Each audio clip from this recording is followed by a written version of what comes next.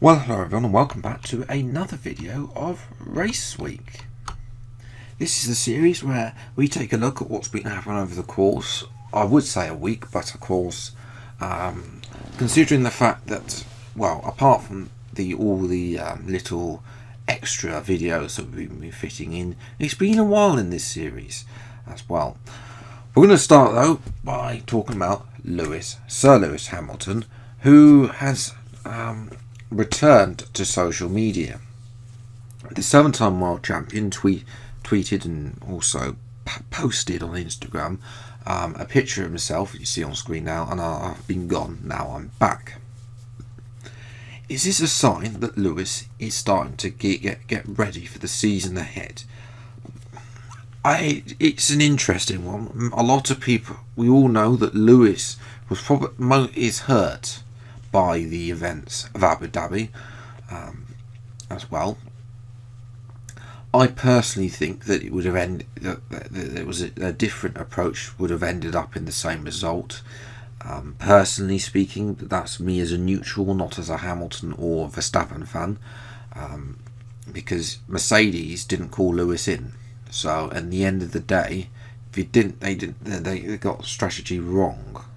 In my opinion, but that's just my opinion. You feel free to let me know yours in the comments below. But I personally think Lewis will contest this season, but I think it will be his last, as I said in last week's predictions video as well. One person, however, who's still harping on about Michael Massey and all of this is Nick Knowles. Nick Knowles has been, if you're unaware, you're not on Twitter, or aware if on Twitter, I mean, it is a war zone right now. Nick Knowles, of course, has been taking on F1 Twitter, and this week is still harping on about it.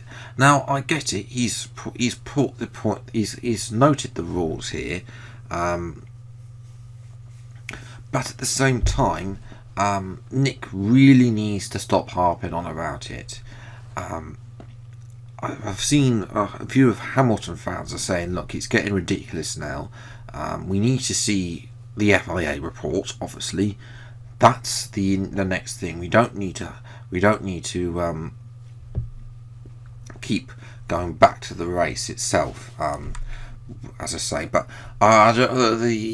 my confidence in the FIA report is about as high as my confidence in the FIA report about the Belgian Grand Prix.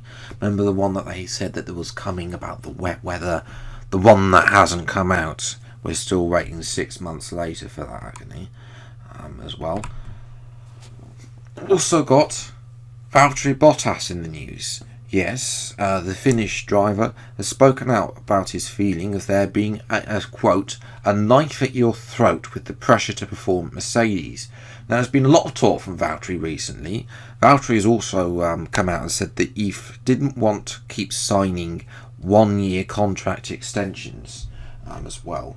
Now, whether or not some people were saying that Mercedes didn't care about George and they're only signing him as a replacement for Bottas because Bottas turned them down as well. We'll have to wait and see. It's going to be interesting, as I say, to see who turns up, whether or not Russell will take on Hamilton, whether Lewis is in the right, whether we're going to see a prime Lewis take on that Russell, or whether we're going to see a Lewis who's underprepared and in his final year. We'll have to wait and see. Mercedes themselves have been in the news also about some crash tests.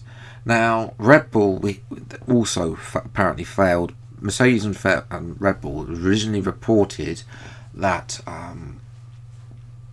both Red Bull and Mercedes failed those crash tests.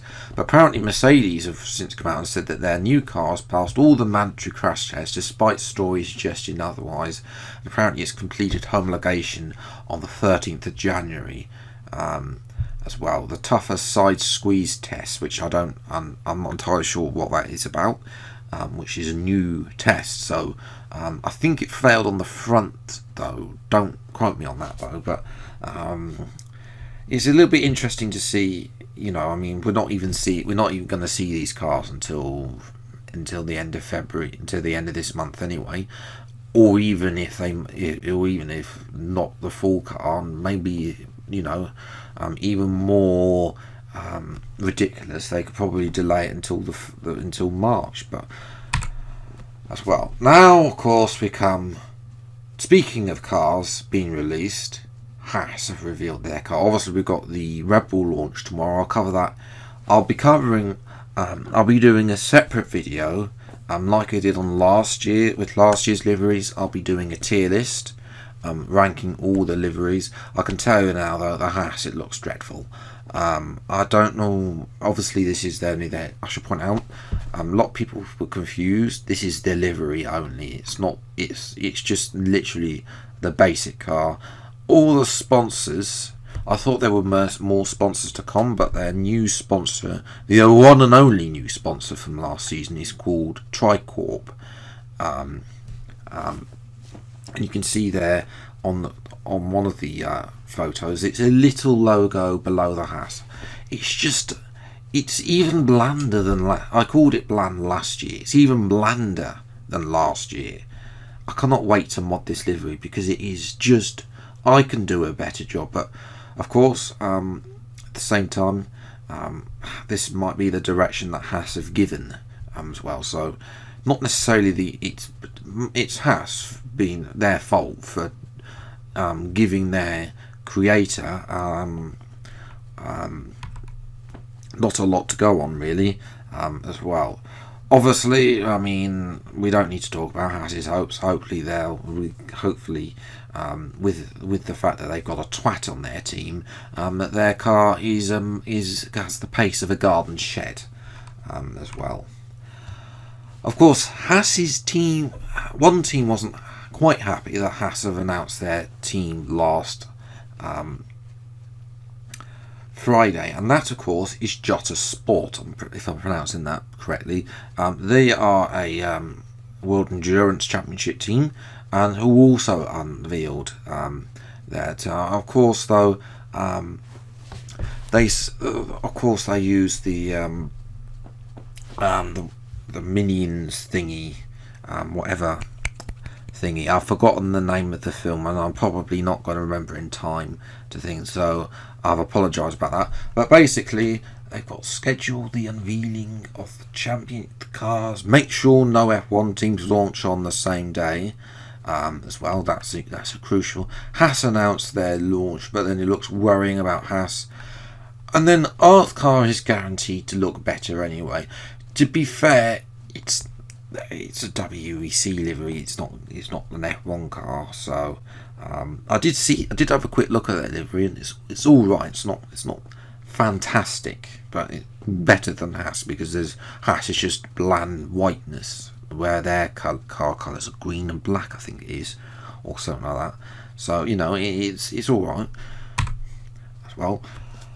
And then of course, I've mentioned pre-season. Of course, we've got the pre-season session and the pre-season test.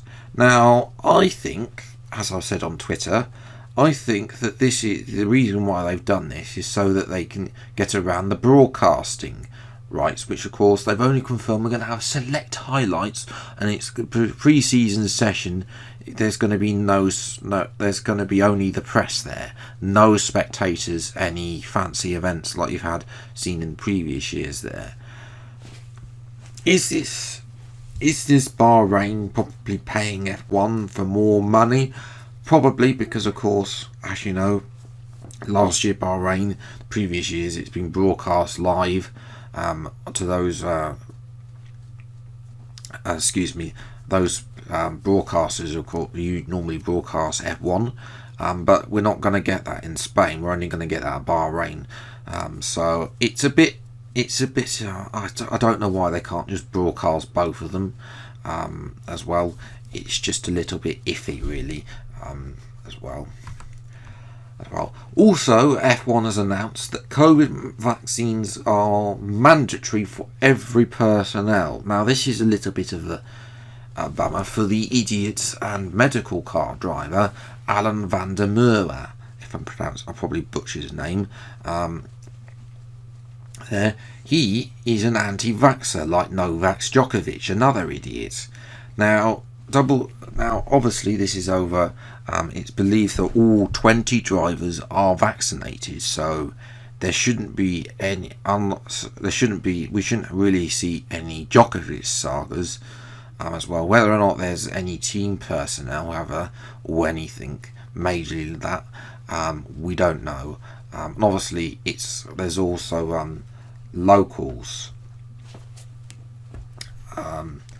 Local rules as well have to come into place, because obviously not all the vaccines are recognised everywhere. Each country's got a different list, so it's interesting to see how it works.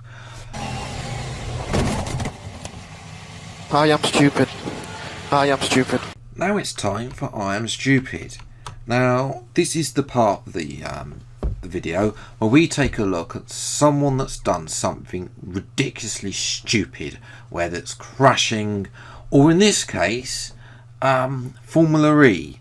Now, it's not the first time that the race director at Saudi Arabia has had an absolute shocker. You might recall, I think it was last year or the year before, the safety car went in while the marshals were still on that, and they went to green flag racing while that.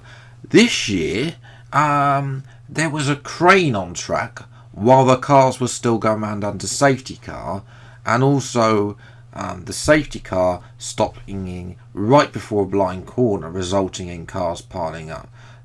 Again, a clear lack of communication between the drivers and teams. That seems to be spreading from Formula 1 as well. So, yes, the I'm Stupid award goes to the people in charge of Formula E. As I said at the time, it looks like Michael Massey may have had a new job with that cock-up. Of course, Formula E has its new qualifying format, which is just a headache. I mean, the problem was that the previous format had four groups, and the fastest would go thing. But the leaders didn't like that, because they'd end up in Group 1 as well. Now, personally, this dual format is just not exciting, really. As well, I don't personally think it will last. But there we go. As well. Moving on, we've got Daniel Medvedev, who's been out with a bit of karting, the tennis star who did a team at Marduk and bottled the Australian Open final in the tennis only last month. Yes, he's been out with both Kvyat and Albon as well. They went a bit of karting, and then of course somebody mocked up Daniel Medvedev signed for Red Bull as well. Medvedev, of course, then joked they broke the news early at Red Bull Racing. Who goes, Verstappen or Perez? In all serious respect to those guys, he did. I think he enjoyed it. Definitely do so as well. Speaking of tennis, of course, Nico Rosberg, as of course his curse and his jinx. Of course, it started with Leclerc in Monaco saying he'd win the race, and he did not start. Then it was Germany against England, and he cursed the German football team. But he did try to curse Rafa, but that jinx didn't happen. So is his jinx over? We'll have to wait and see. Now, McLaren have also, on Lego actually, have unveiled a new car. A car. Now, obviously, you're only seeing images of it on screen now as well. Basically, it's a Lego version of the last year's McLaren car. Now, obviously, Lando there wearing this year's McLaren merch, which somebody compared them to the Halfords livery. If someone's down at Halfords and probably wants to play plagiarism off McLaren for copying their livery. As well. Although if you peel off those logos, then you might be able to see Halfords written underneath. Who knows? As well. It's not the first time Lego have done something like this. I actually still have to this day a Lego replica of Michael Schumacher's 2004 winning Ferrari. So if you are in that age range, then it's actually a fantastic gift to give. We've also got a Creator Spotlight, and this one goes to Arav as well, who spent 6 hours painting a photo of Lando Norris and a helmet that never got used as well. I mean, that man did art at A level, so it's no wonder that his artistic skills are that good. It looks beautiful. GG's to him. And also GG's to Arav, because his livery, he's in now in the F1 game as well, with a selection of helmets. I think he had some partial design over it.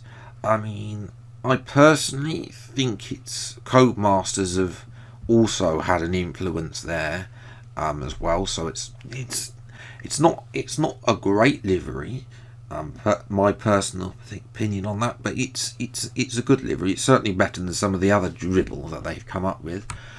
And we're finally going to leave on the Racer Champions, because a massive congratulations to Lucas Blakely, who's the F1 Esports champion.